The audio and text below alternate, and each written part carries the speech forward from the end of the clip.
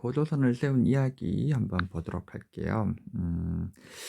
그 첫 번째로 여러분한테 보여줄 사진이 바로 요 사진인데, 하본역에 가면, 군위에 있는 하본역에 가면 엄마 뻘렸을 적에라고 하는 어떤 약간의 테마 공원처럼 만든, 폐교를 활용해서 테마 공원을 만든 적이 있는데, 여기에 요 책을 요렇게 전시해 놨어. 이 책이 뭐냐면 일현이라는 사람이 지었던, 고려 때 스님이었던 일현이 지었던 삼국유사라는 책입니다. 이 책이 왜 의미가 있냐면 이 책에 최초로 당군 이야기가 실려 있거든. 그래서 이 책에 있는 당군 이야기를 가지고 우리가 당군이 어떻게 나라를 세웠고 하는 것을 추측해낼 수 있어. 오늘은 이 이야기를 먼저 좀 해가면서 시작하도록 할게요. 자, 하늘나라를 다스리는 환인에게는 환웅이라는 아들이 있었습니다. 근데 이 아들은 늘 인간 세상으로 내려가고 싶어 했대요. 환인이 하늘에서 내려다보니 널리 인간을 이롭게 할 만한 곳이라 느꼈어. 그래서 환웅이 내려가는 것을 환웅은 허락했다고요. 선생님은 여기 이거 수업할 때, 그냥 좀 재밌게 하려고 환웅이 이상한 짓 했다, 막 뭐 그렇게 얘기하지만, 이, 우리 이 역사 속에서는, 이 역사책 속에서는 이 한웅이 바로, 그 나라를 세웠기 때문에 우리가 이렇게 지금까지 나라 이어질 수 있다라고 얘기가 나오기 때문에 환웅이 굉장히 중요한 사람으로 되어 있죠. 이 환웅은 아빠의 허락을 받았으니까 바람비 구름을 다스리는 신하와 함께 3,000명 정도를 이끌고 태백산 꼭대기에 신단서 아래로 내려옵니다.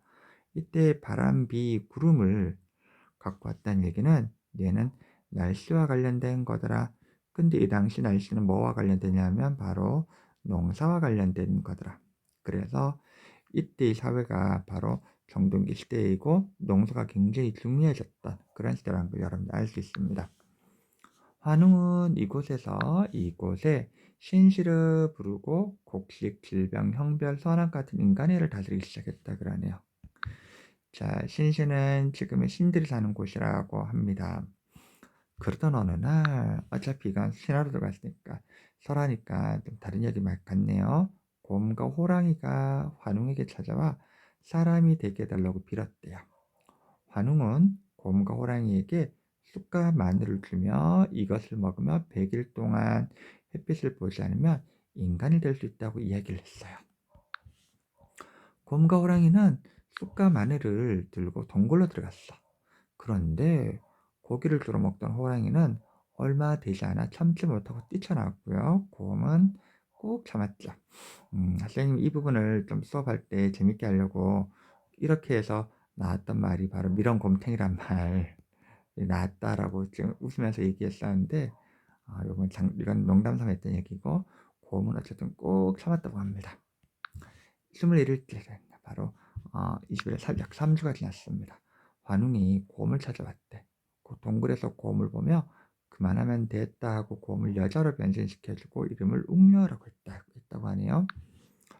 웅녀는 환웅과 결혼하여 아이를 낳았는데 그 아이가 단군 왕검이래. 단군 왕검이 세운 나라가 바로 고조선이란 겁니다. 그럼 여기서 이야기를 몇 개 한번 짚어보도록 할게요. 먼저 환웅에 대한 이야기인데요.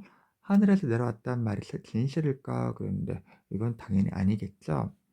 역사적으로 하늘에서 내려왔다는 것은 다른 지역에서 사람들이 왔다는 것을 의미한대요.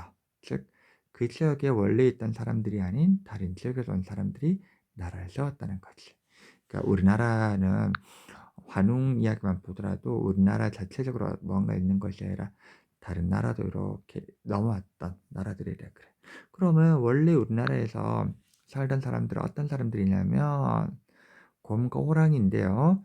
즉 곰을 믿는 민족이랑 호랑이를 믿는 사람들이 있다는 얘기야. 즉 원래 우리나라 땅에는 곰을 믿는 사람, 호랑이를 믿는 사람이 이렇게 있었는데 환웅이 이렇게 쳐들어와가지고 봤더니 곰을 믿는 민족이 얘랑 시시콜콜 싸웠나 봐. 또 호랑이를 믿는 민족은 사람들은 얘랑 연합하고 이렇게 잘 살았나 봐. 결혼했다는 얘기는 둘이 연합했다는 얘기니까 즉 환웅이 오기 전에는 그 지역에 곰을 믿는 사람들과 호랑이를 믿는 사람들이 있었는데, 환웅을 믿는 사람들이 와서 곰을 믿는 사람들과 연합을 했다는 거죠. 호랑이를 믿는 사람들은 그 지역에서 쫓겨났음을 의미한다 그러네요. 자, 계속 갑니다. 마지막으로 비, 바람, 구름을 다스리는 거는 얘기했습니다. 그 당시 농사가 굉장히 중요한 것이었음을 의미한다 그랬죠. 한웅을 믿는 사람들은 농사를 잘 지었던 사람들이었던 거죠. 그러면 한웅을 믿는 사람들, 즉 농사를 잘 지었던 사람들이 와서 이쪽 지역에 와서 곰을 믿는 사람들하고 이렇게 연합을 해서 나라를 다스렸다는 것이기도 합니다. 이거에 대해서는 그 다음 이야기입니다. 삼국유사에는 고조선이 기원전 2333년, 4350년 그런데 지금 2년 지났으니까 3년 지났으니까 4333년 됐겠죠. 역사학자들은 그걸 잘 믿지 않는 편이래요. 왜냐하면 전 세계적으로 정동기는 기원전 2000년, 즉 4000년 전에 만들어진 걸 파악이 되는데, 나라를 세우려면 그로부터 또 몇 년이 더 있어야 하니 보통 기원전 약 1500년 전에 나라가 이렇게 만들어진 것으로 많이 보고 있거든. 그런데 우리나라는 그보다 훨씬 전에 나라를 세웠다가 하니 말이 좀 안 맞죠. 그래서 그래도 삼국유사의 기록이 고조선의 최초의 기록이라고 보기 때문에 그때를 우리나라의 시작이라고 보기도 한대. 그리고 그거는 고조선 건국을 1485년에 서거정이라는 사람이 동국통감을 썼는데, 그때 쓴 날을 기준으로, 그러니까 그때 이 동국통감에 고조선 이야기가 쓰인 날을 기준으로 삼고 있다고 해. 자, 그 다음 가볼게요. 처음 세워진 고조선은 흔히 강력한 왕이 있는 국가로 알고 있는데 그게 아니라 여러 마을이 연합체라고 하네요. 다른 마을보다는 강력한 마을에 조금 커진 마을 정도? 그 마을에 기자라는 사람과 위마이라는 사람이 나오는데, 쭉 하나의 사람, 고조선, 당근왕금 쭉쭉 가다가 기자라는 사람, 위만이라는 사람이 딱 오면서, 특히 이 위만이 오면서 좀 더 완벽하게 강력한 국가를 만들어진다 그러네요. 나오네요. 위만이라는 사람은 조선의 왕이 되면서 그 전에 조선과 조금 다른 모습이 됐는데, 위만 조선과 구별하기 위해 앞에 고자를 붙인 고조선이 되었다라고 하는데, 또 고는 옛날의 의미인데, 참 먼 훗날 1392년 이성계가 곧 조선을 만들고 알죠. 그래서 그 조선과 구별하기 위해서 고조선이란 말을 쓰기도 한대요. 자, 그리고요. 또 한 가지 마지막 이야기 될 것 같은데, 역사책에는 단군왕검이 2000년 넘게 나라를 세운 걸로 되어 있는데, 단군왕검은 한 명이 아니래요. 물론 삼국유사에는 단군왕검이 나라를 2000년 동안 잘 다스리다가 뭐 어디로 가서 신이 되었다 그러는데, 역사학자들이 밝혀보니까 단군이, 삼국유사는 보통 설화를 많이 싣고 있거든요. 그래서 이 설화를 분석해 보니까 단군왕검은 한 명이 아니라 2000년 동안 나라를 이었던 왕들의 이름이라 그러네.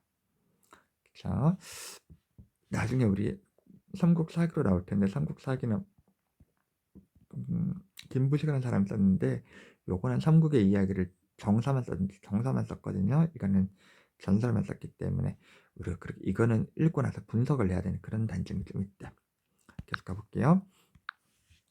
단군은, 자, 단군 왕검의 말을 분석합니다. 단군이란 말은 제사를 지내는 사람, 왕건은 나라를, 정치적 군주, 임금을 의미한다 그러네.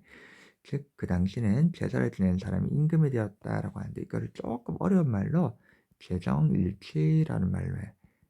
그럼 즉 제사 지낸 사람과 정치인들이 한 명이었다는 얘기입니다. 단군 왕검은 결국 제사를 지낸 사람은 의미하면서 임금님인, 즉 제사를 지내는 임금님을 의미하는 말입니다. 자, 조금 어려운 말 좀 많이 했었는데요. 역사란 말이 아무리 쉽게 설명해도 어렵게 느껴질 때가 가끔 있습니다. 그래서 그 이야기를 여러분들이 편하게 듣고 읽어주고 하면서 이런 일이구나 라고 생각했으면 좋겠네요. 내일은 고조선 생활 모습 이야기를 한번 해보도록 하겠습니다. 여기까지 하겠습니다.